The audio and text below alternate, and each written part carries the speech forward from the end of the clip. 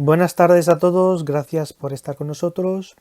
El propósito de la charla es daros principios, conceptos básicos y avanzados sobre la radiofrecuencia, sus aplicaciones, sus términos tecnológicos, las diferencias que hay entre diferentes tecnologías y luego como caso particular veremos la tecarterapia que produce BTL, que tenemos aquí en la esquina derecha, y el Exilis como tecnología pues puntera y innovadora en términos de radiofrecuencia para que le puedas dar un resurgir después de este confinamiento. Como os he indicado en el correo que os he mandado, uno de los objetivos del curso es dar principios básicos sobre la frecuencia. También muchas veces se nos hace la pregunta qué es eso de la impedancia, porque al final es un concepto de ingeniería, un concepto de electricidad, de electrónico, y que tiene varias connotaciones y que me gustaría dejarlas claras en la presentación. También hablaré de las diferencias que hay entre diferentes tipos de frecuencia, las tecarterapias, la frecuencia capacitativa y eso de bipolar, monopolar, multipolar.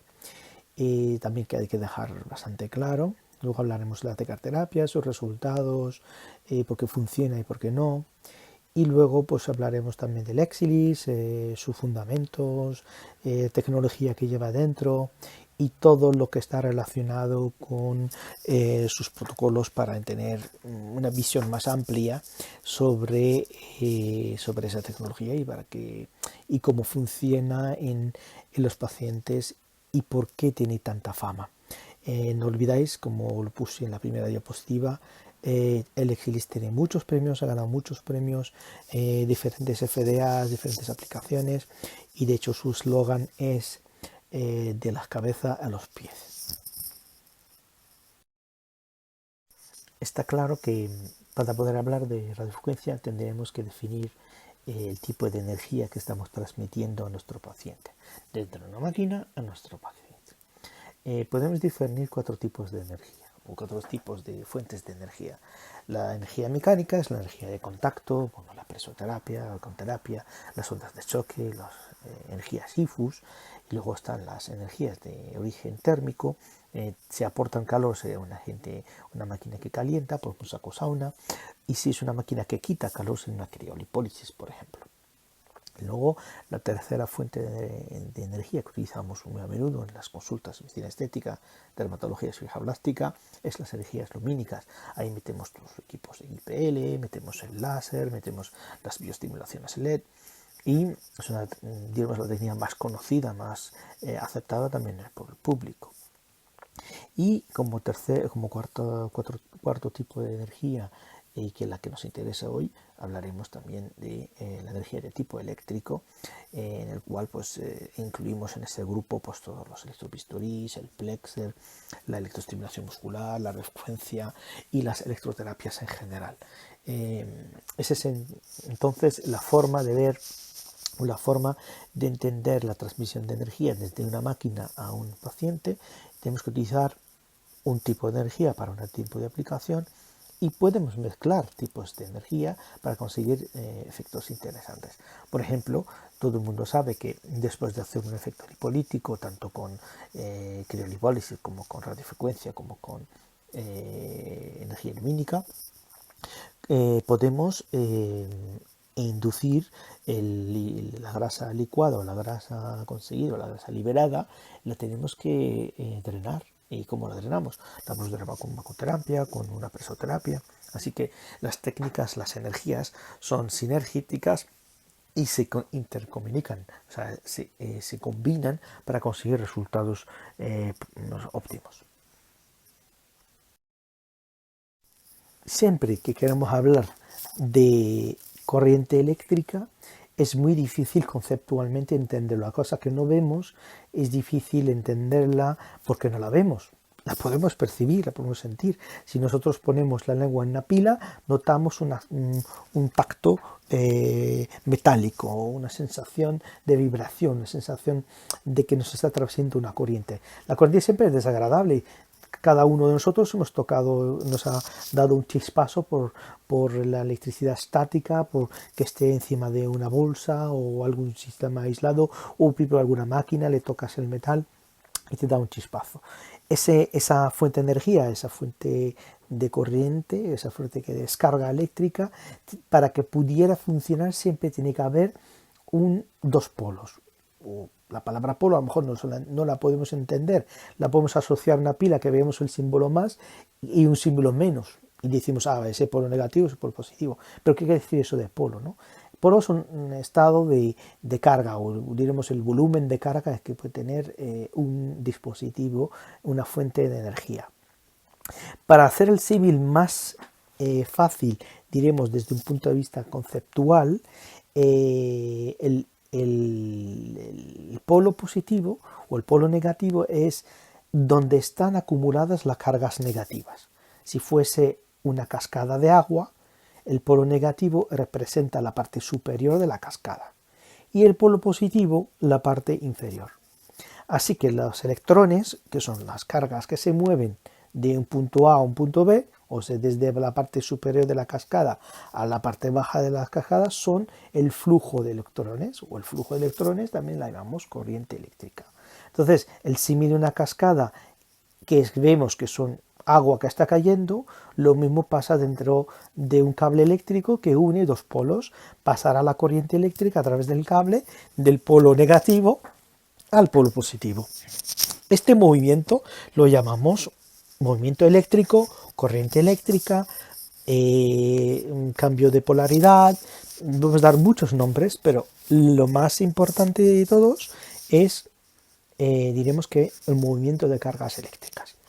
El símil más mejor, o sea, el símil más adecuado es una cascada de agua entre la parte superior y la parte inferior. Si la pila se desgasta, deja de emitir cargas y se queda sin emisión. Y tenemos que comprar otra. ¿Qué pasa en la cascada de agua? Si el agua acaba en el lago superior, ya no habrá paso de agua al lago inferior. Todo se queda en el lado inferior. Es decir, que se ha desgastado la pila. Así lo tenemos que entender. Así que necesitamos una fuente de energía y un sumidero de energía. ¿Dónde tiene que ir la energía?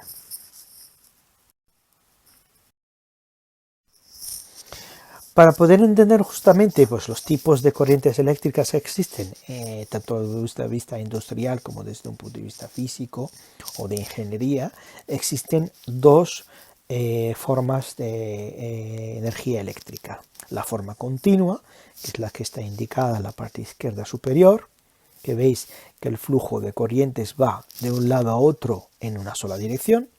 Esto lo llamamos corriente continua.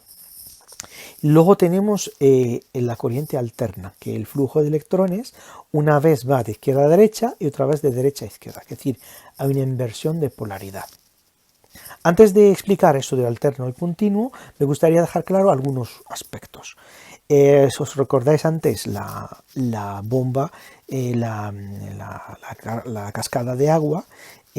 Imaginaos que la cascada de agua está alimentada en un lago y ese lago se vacíe, como os he dicho. Cuando no nos queda agua, pues la única manera para hacer funcionar otra vez la cascada es bombear agua hacia el lago superior y esperar que caiga al lago inferior. Esa acción de bombear el agua hacia arriba es lo que hacen las fuentes de energía, las fuentes de radiofrecuencia, las pilas. Las pilas hacen mover las cargas de un lado positivo a un lado negativo y así las cargas eléctricas van moviéndose de forma continua.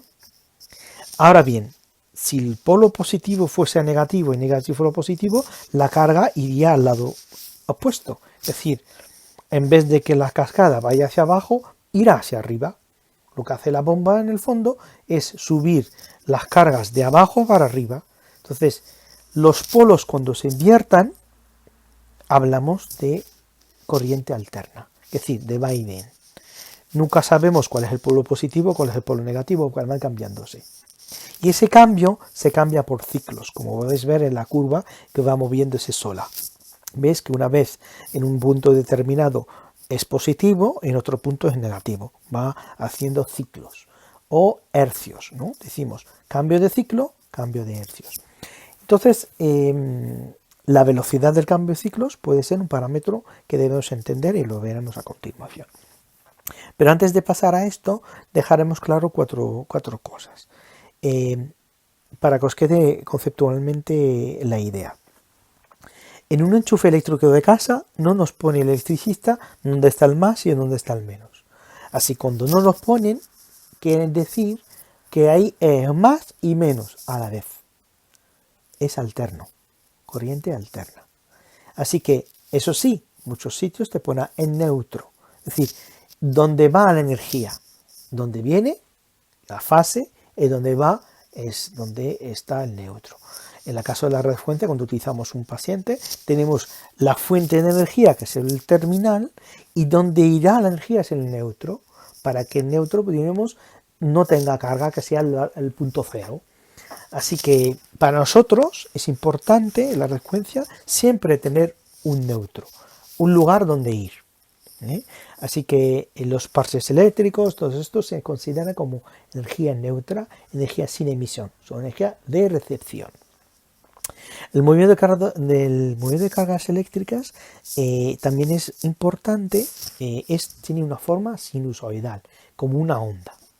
Por eso decimos ondas de corrientes, ¿no? O decimos frecuencia. La palabra frecuencia es muy asociado a los valores repetitivos.